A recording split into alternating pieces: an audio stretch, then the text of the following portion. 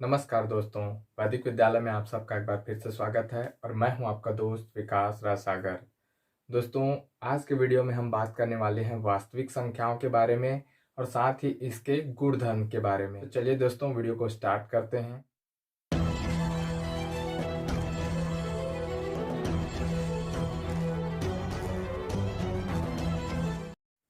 दोस्तों, वास्तविक संख्याएं हम किसे कहते हैं, इस पर पहले चर्चा करते हैं।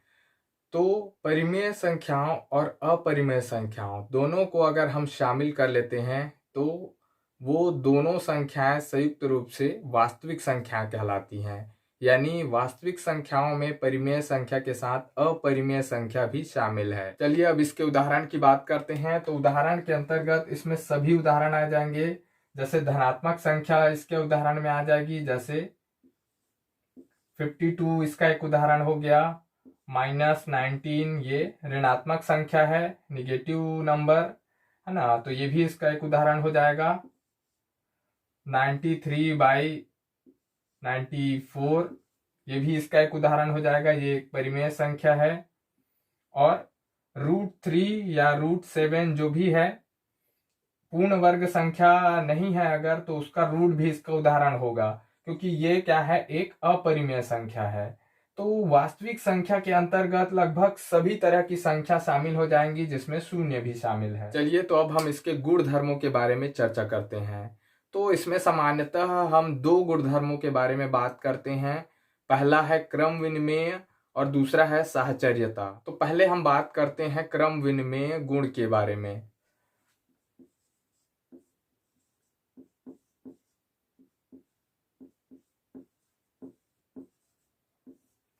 तो चलिए देखते हैं क्रम विनिमय क्या होता है।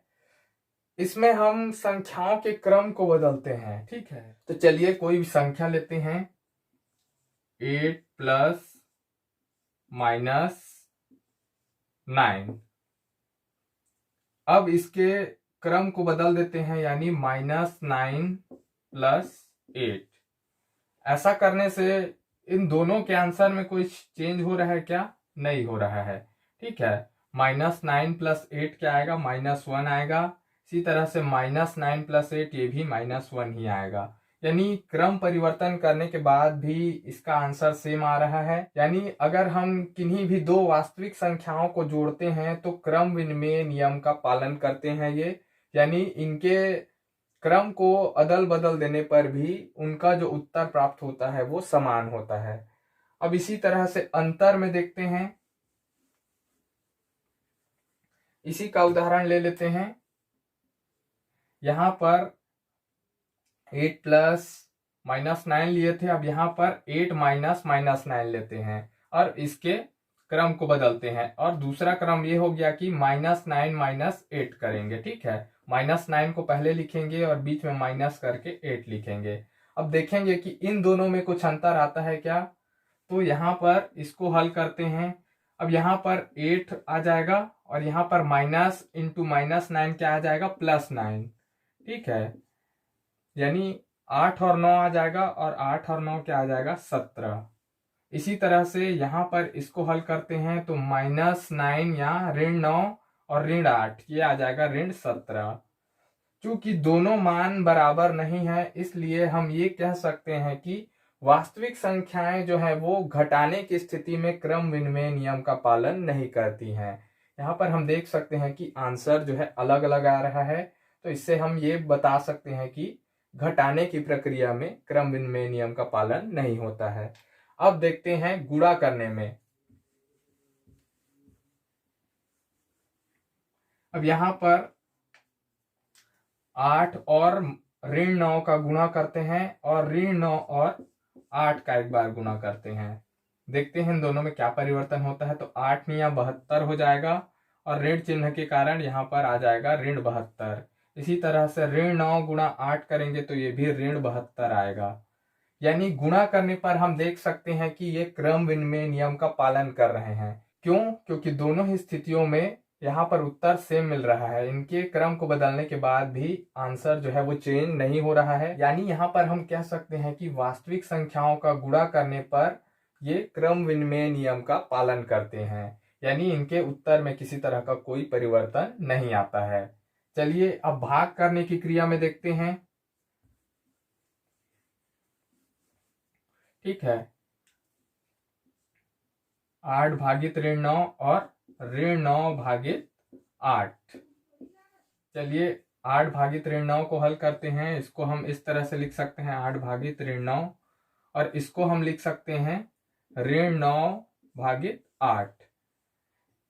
जहां हम इसको हल करते हैं तो इसका मान क्या आएगा, इसका मान ऋण में ऋणात्मक होगा।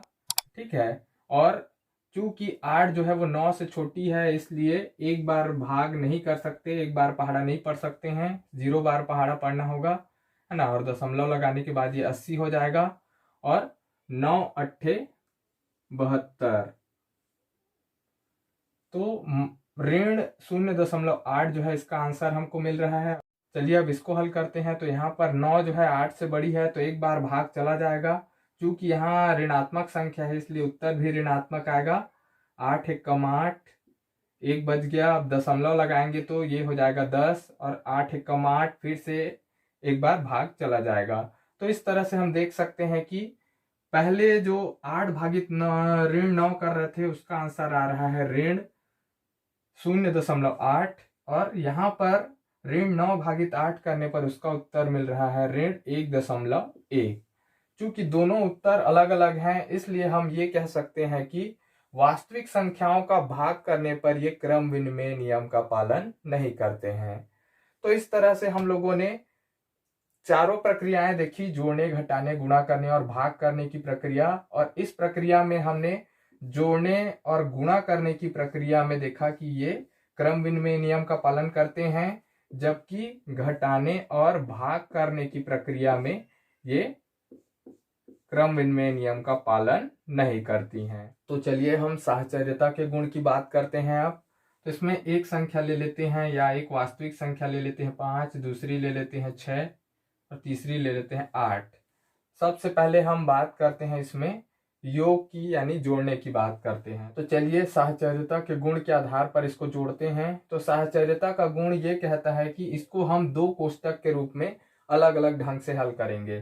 ठीक है, एक बार हम कोष्टक यहाँ पर लगा करके हल करेंगे, और दूसरी बार जो कोष्टक है उसको हम इन दोनों संख्याएं, लास्ट की 2 संख्याओं के लिए कोष्टक लगा करके इसको हल करेंगे। पहले शुरू की 2 संख्याओं के लिए कोष्टक लगाए और तीसरी संख्या को उसके साथ जोड़ रहे हैं। अब उसके बाद दूसरे बार में हम ये करेंगे कि पहली संख्या के साथ दूसरी और तीसरी संख्या को कोष्टक लगाकर जोड़ेंगे। चलिए दोनों ही प्रक्रियाओं को करके देखते हैं। तो यहाँ पर 6 और 5 11, 11 8 आ जाएगा 19। अब इसको जोड़ते हैं, 8 6 14, 14 5 19। दोनों ही प्रक्रियाओं में हम देख सकते हैं उत्तर हमारा समान आ रहा है, यानी जोड़ने की प्रक्रिया में साहचर्यता के नियम का पालन किया जाता है। अब उसके बाद देखते हैं इसको घटाने की प्रक्रिया में। ठीक है,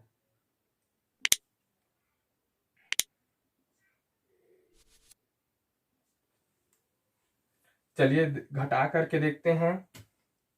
तो 5 में से 6 को घटाएंगे तो ऋण 1 प्राप्त होगा, और ऋण 1 से ऋण 8 को घटाएंगे तो ये आ जाएगा ऋण 9। इसी तरह से 5 में से हमको क्या घटाना है, 6 ऋण 8 को घटाना है। तो 5 ऋण आ जाएगा, 6 में से ऋण 8 को घटाएंगे तो क्या आएगा ऋण 2, है ना। और यहाँ पर 5 ऋण ऋण 2, ऋण का ऋण से गुणा करेंगे धन हो जाएगा, 5 धन 2, और ये आ जाएगा 7।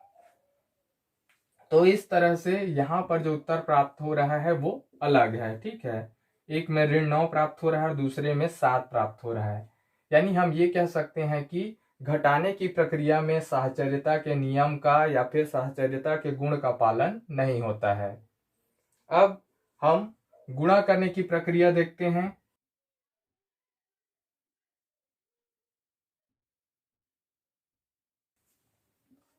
5 गुणा 6 गुणा 8 और 5 गुणा 6 गुणा 8। ठीक है, पहले हम शुरू की 2 संख्याओं का कोष्टक लेकर के इसको हल करेंगे, और दूसरे में हम लास्ट की दोनों संख्याओं का कोष्टक लेकर के हल करेंगे।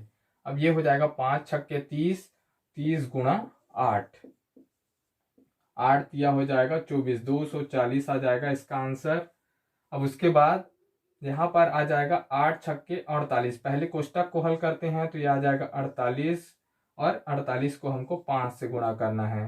तो 48 को 5 से गुणा करेंगे, 5 अट्ठे 40 के शून्य 4 हासिल, 5 चौक 20, 20 और 4 24। तो इसका आंसर भी 240 मिल रहा है। यहाँ पर दोनों ही प्रक्रियाओं में हम देख रहे हैं उत्तर समान मिल रहा है। यानी हम ये कह सकते हैं कि गुणा करने की प्रक्रिया में साहचर्यता के गुण का पालन होता है। यानी वास्तविक संख्याओं का अगर हम गुणा करते हैं तो उसमें साहचर्यता के नियम का पालन किया जाता है। अब हम भाग करने की प्रक्रिया देखते हैं।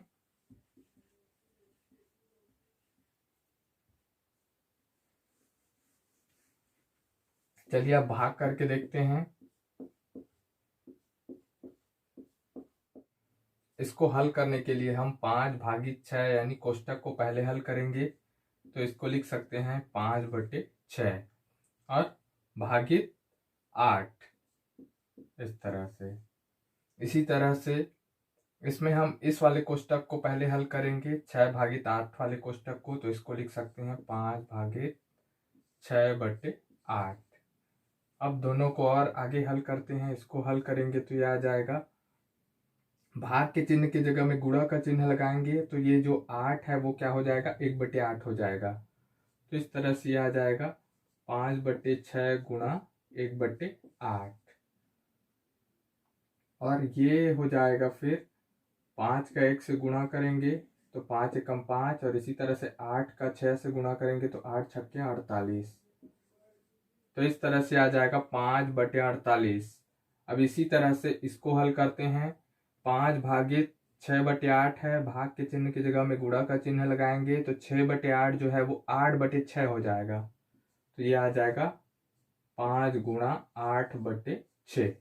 भाग के चिन्ह को बदलने से जो अंश में है वो हर में आ जाएगा और हर में जो है वो अंश में चला जाएगा। तो इस तरह से ये आ जाएगा, 5 का 8 से गुणा हो जाएगा तो 5 अट्ठे 40 हो जाएगा, 40/6। 2 से भाग कर सकते हैं, 2 तिया 6 और 2 दूनी 2 शून्यम। तो इस तरह से ये आ जाएगा 20/3। तो जैसा कि हम देख सकते हैं कि दोनों ही तरीकों में हमारा जो आंसर है वो अलग अलग आया है। यानी भाग जो है वो साहचर्यता के नियम का पालन नहीं करता है, ये इससे सिद्ध होता है। तो दोस्तों यहाँ पर हम लोगों ने क्रम विनिमय नियम और साहचर्यता नियम या गुण के बारे में देखा, और अलग अलग प्रक्रियाओं में कौन सी प्रक्रियाएं इनका पालन करती हैं और इनका पालन नहीं करती हैं, इनके बारे में हमने देखा। तो दोस्तों इस वीडियो में इतना ही। ये वीडियो आपको कैसा लगा कमेंट करके ज़रूर बताइएगा। वीडियो अच्छा लगे तो वीडियो को लाइक कर दीजिएगा और साथ ही साथ अपने दोस्तों के साथ शेयर कर दीजिएगा। दोस्तों चैनल में नए हैं तो चैनल को सब्सक्राइब कर लीजिएगा और साथ ही साथ बेल के आइकन पर भी क्लिक कर दीजिएगा, ताकि जब भी नए वीडियो अपलोड किए जाएँ उसका नोटिफिकेशन आपको सबसे पहले मिल सके। दोस्तों वीडियो में कहीं भी आपको कुछ समझ में ना आ रहा हो तो प्लीज़ उसे कमेंट ज़रूर करेंगे, ताकि मैं उसका निराकरण अगले वीडियो में कर सकूं। दोस्तों मिलते हैं अगले वीडियो में, तब तक के लिए जय हिंद।